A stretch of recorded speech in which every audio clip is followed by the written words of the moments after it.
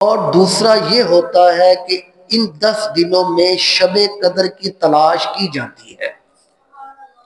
ہمارے نبی کریم رؤوف الرحیم صلی اللہ علیہ وآلہ وسلم نے رمضان المبارک کے پہلے 10 روزوں میں بھی اعتکاف کیا، پہلے عشرے میں اعتکاف کیا۔ تو 10 روزوں کے بعد حضور نے بتایا صحابہ مجھے شب قدر کی تلاش نہیں ہوئی، شب قدر نہیں ملی۔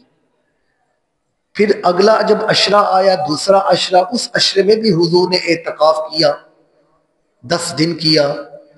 حضور نے فرمایا صحابہ کو کہ صحابہ مجھے ان 10 روزوں میں بھی شب قدر کی تلاش نہیں ہوئی۔ پھر جب آخری عشرہ آیا، پھر نبی کریم نے 10 روزوں کا اعتکاف کیا، 10 روزے آخری عشرہ میں۔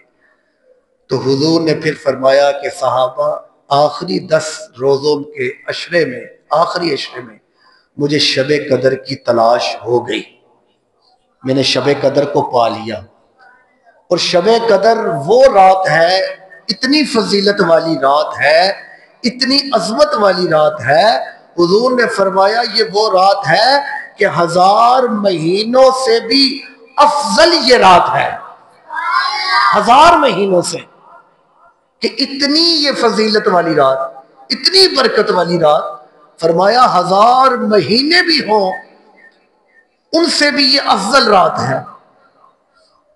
اور جس کو یہ پا لیتا ہے، جو انسان اس شب قدر کی تلاش کر لیتا ہے، اللہ کی رحمتیں اس پر اتنی ہوتی ہیں، اتنی پڑتی ہیں کہ سب سے پہلے جو چھوٹی سی چھوٹی رحمت ہوتی ہے وہ یہ ہوتی ہے کہ بندے کے سارے گناہ معاف ہو جاتے ہیں، سارے گناہ معاف ہو جاتے ہیں۔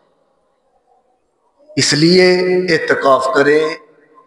یہ 10 دن جو آخری عشرہ ہوتا ہے، ساری زندگی تو ہم دنیا میں گزارتے ہیں، دنیا کے کھیلوں کود میں، دنیا کی محفلوں میں، دنیا کے پروگرام میں گزار دیتے ہیں، لوگوں کے ساتھ، یاروں کے ساتھ، رشتہ داروں کے ساتھ گزار دیتے ہیں۔ لیکن یہ ہمیں چاہیے کہ جو نبی کریم کی سنت کو پورا کیا جائے، رب کو راضی کیا جائے، شب قدر کی تلاش کی جائے، تو کوشش کریں کہ ہم آخری عشرے